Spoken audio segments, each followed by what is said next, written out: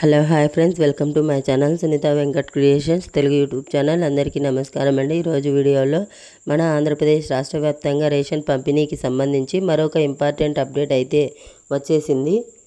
ముఖ్యంగా చూస్తే రేషన్ పంపిణీలో మరొక కీలక నిర్ణయం అయితే తీసుకుంది ఏపీ ప్రభుత్వం. ఇక్కడి నుండి నిత్యావసర సరుకులు అయితే ఇవ్వబోతున్నారు. నిత్యావసర సరుకులు కూడా ఎలా ఇస్తారు, ఏమేమి ఇస్తారు, ఏ విధంగా మనకు ఈ సరుకులు అయితే అందడం జరుగుతుంది. అలాగే ఇంటింటికి రేషన్ పంపిణీకి సంబంధించి మరొక నిర్ణయం కూడా తీసుకున్నారు. ఆ వివరాలన్నీ కూడా ఈ వీడియోలో అయితే కనుక తెలుసుకుందాము. వీడియో పూర్తిగా చూడండి, అప్పుడే కంప్లీట్ ఇన్ఫర్మేషన్ అయితే అర్థమవుతుంది. అలాగే చాలామంది వీడియోస్ చూస్తున్నారు కానీ సబ్స్క్రైబ్ చేసుకోవడం మర్చిపోతున్నారు ఫ్రెండ్స్. తప్పకుండా సబ్స్క్రైబ్ చేసుకోండి. ప్రభుత్వం నుంచి వచ్చే ఇలాంటి లేటెస్ట్ అప్డేట్స్ అన్నీ కూడా వెంటనే మన ఛానల్ ద్వారా మీకు తెలియజేయడం జరుగుతుంది. సబ్స్క్రైబ్ చేసుకోవడంతో పాటు పక్కనే బెల్ ఐకాన్ కూడా ఆన్ చేసి పెట్టుకోండి. ఇక వివరాల్లోకి అయితే వెళ్ళిపోదాము. ఆంధ్రప్రదేశ్ రాష్ట్ర వ్యాప్తంగా కూడా రేషన్ పంపిణీకి ప్రభుత్వం ఇప్పుడు మరొక కీలక ప్రకటన నిర్ణయం తీసుకుంది. మనందరికీ తెలుసు, గత ప్రభుత్వం ప్రవేశపెట్టినటువంటి ఇంటింటికి రేషన్ వెహికల్స్ని అయితే గనక గత 2 నెలలుగా 1 నెల 2 నెలల నుంచి అయితే గనక రేషన్ వెహికల్స్ని తొలగిస్తూ ఇంకా ఎక్కడెక్కడికి మనకు రేషన్ డీలర్స్ షాప్లో అయితే కనుక పెంచడం జరిగింది. ఎవరెవరికి వాళ్ళు 1వ తారీఖు నుంచి 15వ తారీఖు లోపు ప్రతి నెల కూడా రేషన్ అయితే కనుక తీసుకోవచ్చు అని చెప్పడం జరిగింది. అలాగే ప్రతిరోజు కూడా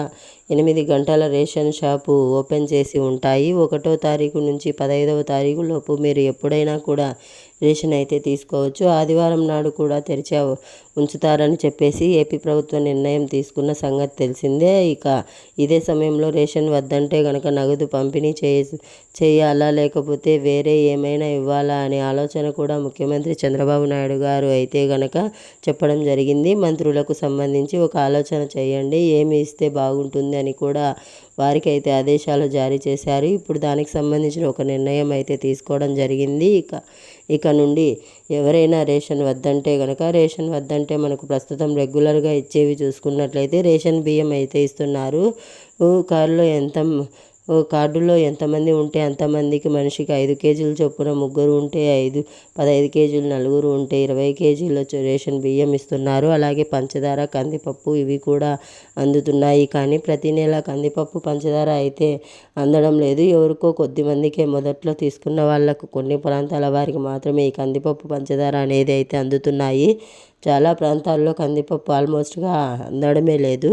సో ఇప్పుడు ఈ రేషన్ పంపిణీకి సంబంధించి నిత్యావసర సరుకులు ఇవ్వాలని నిర్ణయం అయితే తీసుకున్నారు. గతంలో కూడా చూస్తే రాగులు, జొన్నలు, సజ్జలు అయితే ఇస్తామని చెప్పారు తప్ప చాలా ఏరియాల్లో అయితే సైలెంట్ ప్రాజెక్ట్లో స్టార్ట్ చేసినప్పటికీ కొన్ని ఏరియాల్లో పూర్తిగా ఎక్కడా కూడా అమలు కాలేదు. ఇప్పుడు ఇక్కడ నుంచి అయితే కనుక ఎవరైతే రేషన్ వద్దనుకుంటారో, రేషన్ వద్దనుకోవడం అంటే మనకు ఇచ్చే బియ్యం, రేషన్ బియ్యం ఎవరైతే బియ్యం వద్దనుకుంటారో వారందరికీ డబ్బులకు సరిపడా ఏవైతే వస్తున్నాయి అంటే కనుక నిత్యావసర సరుకులు పంపిణీ చేస్తూ ఉంటున్నారు.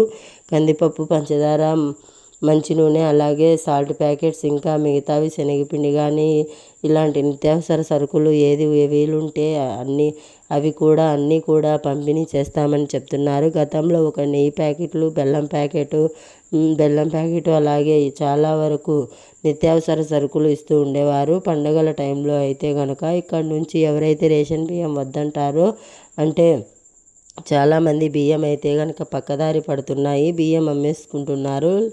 లేదా ఈ రేషన్ డీలర్స్ ద్వారా కానీ వెహికల్స్ ద్వారా కానీ రేషన్ బియ్యం పక్కదారి పడుతున్నాయని చాలా కంప్లైంట్ రావడం మనందరికీ తెలిసిందే. ప్రభుత్వం ఏమో అన్నీ ఇంచుమించుగా 1 కేజీ వచ్చి 40 రూపాయల దగ్గర కొని మనకైతే ఇస్తున్నామని చెప్తున్నారు. 40 రూపాయల వరకు ఆ బియ్యం ఎందుకు, బయట సన్న బియ్యమే దొరుకుతున్నాయి అని చాలామంది అయితే చెప్తున్నారు. సో అందరికీ రేషన్కి బదులు నగదు పంపిణీ చేస్తే వారికి కావాల్సిన సరుకులు కొనుక్కుంటారని కొన్ని ప్రతిపాదనలు వచ్చాయి. ఇప్పుడు అన్నిటికీ కలిపి ఒక నిర్ణయం అయితే తీసుకున్నారు. ఓవరాల్గా చూస్తే ఎవరైతే రేషన్ బియ్యం వద్దనుకుంటారో ఇంచుమించుగా వాల్యూకు సరిపడినట్లుగా కందిపప్పు, మంచి నూనె, అదేవిధంగా మిగిలినటువంటి నిత్యావసర సరుకులు, గోధుమ పిండి ప్యాకెటు, బెల్లము, ఉప్పు, అలాగే నెయ్యి ప్యాకెట్ ఇలాంటి కొన్ని ప్యాకెట్స్ అయితే గనక కొన్ని నిత్యావసర సరుకులు అయితే గనక పంపిణీ చేయబోతున్నారు. ఇది జూలై 1 నుంచి అయితే అమల్లోకి రానుంది. ఇక అలాగే రేషన్ పంపిణీలో మరొక నిర్ణయం తీసుకున్నారు. మనకు 1వ తారీఖు నుంచి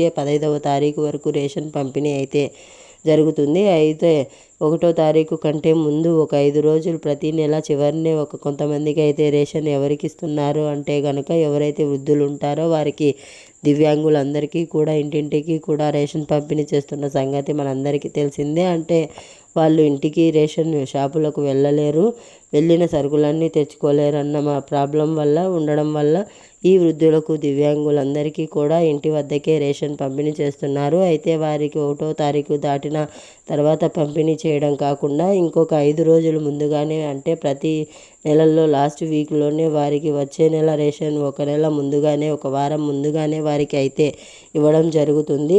ప్రతి నెల కూడా 26 నుంచి 30వ తేదీ లోపల వృద్ధులు, దివ్యాంగులందరికీ కూడా ఇంటి వద్దకే రేషన్ అయితే కనుక తీసుకొని ఇవ్వడం జరుగుతుంది. మరి మిగిలిన వారందరికీ ఎప్పట్లాగే 1వ తారీఖు నుంచి మనకు రెగ్యులర్గా తీసుకుంటున్నట్లుగా 15వ తారీఖు వరకు ఆదివారాలతో సహా 15 రోజుల పాటు రేషన్ అయితే ఇవ్వడం జరుగుతుంది. సో ఇక నుంచి ఎవరైతే రేషన్ బియ్యం వద్దనుకుంటారో వారంతా నిత్యావసర సరుకులన్నీ పంపిణీ చేయబోతున్నారు. ఏమేమి సరుకులు ఇస్తారు, ఏంటి, ఎంత క్వాంటిటీ ఇస్తారు అనేది అన్నీ చేయబోతున్నారు. ఏమేమి అనేది అన్నీ కూడా కంప్లీట్ డీటెయిల్స్ నెక్స్ట్ వీడియోలో అయితే తెలుసుకుందాం. ఛానల్ను తప్పకుండా లైక్ చేసి, షేర్ చేసి, సబ్స్క్రైబ్ చేసుకోండి. Thanks for watching. Thank you. Have a nice day.